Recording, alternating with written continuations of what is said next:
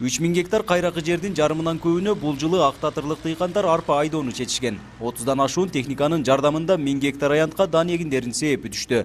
Бул жылы кар жылдагыдан аз жаагандыктан жазгы талаа жумуштары да эрте башталып, дыйкандар кызуу аракет көрүшүүдө. Район боюнча 4692 гектар кайракы жерлерибиз бар.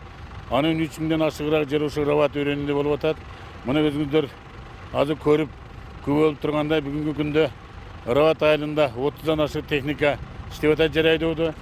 Бүгүнкү күндө 1000 гектардан ашык жер айдалып, 560 гектарга жакын жазгы кылкандан эгиндер, анын ичинен арпа. Мына жогорку деңгээлде жазгы талаа иштерин уюшканды өткөрүп атабыз. Абдуманап Кулубеков да 12 гектар жер аянтына арпа себүүдө. Анткени башка дан эгиндерине салыштырмалуу түйшүгү жеңил экенин айтат. 1 гектар аянтка 200 килограммга чейин арпа үрөнүн сээп, аба ырайы жаанчыл болсо гектарына 10 центнерден 15 центнерге түшүм алууну көздөйт. Бирок күйүүчү майдын кымбаттыгы дыйканды түйшүккө салууда. Май азыркы данный моментте шу моментте 47 сом. Бизге оор албетте, бирок мындай айыл өкмөт деген бар. Ona misalga bizden güberete bizden kelip kavaragan adam yok. Açıkını aytayın. Çındıklı söyleş gerek. Bizden kelip nege arza, nege kımbat деген suragan adam yok. O ayıl başımız işlebeydi açığı. Мамлекет тараптан дыйкандарга жардам көрсөтүү үчүн ирилештирилген кооперативтерди түзүү зарылдыгы айтылып келет. Бул боюнча уюштурулган тегерек столдо айыл чарба жана мелиорация министри Нурбек Мурашев чакан дыйкан чарбаларына техникалык жана каржы жагынан жардам көрсөтүү чектелгенин билдирди. Андыктан дыйкандарга түшүндүрүү иштерин жүргүзүп, кооперативтерди уюштуруу зарылдыгын белгилейт. Техника, товар, каржы ресурстары чектелген бүгүнкү күндө.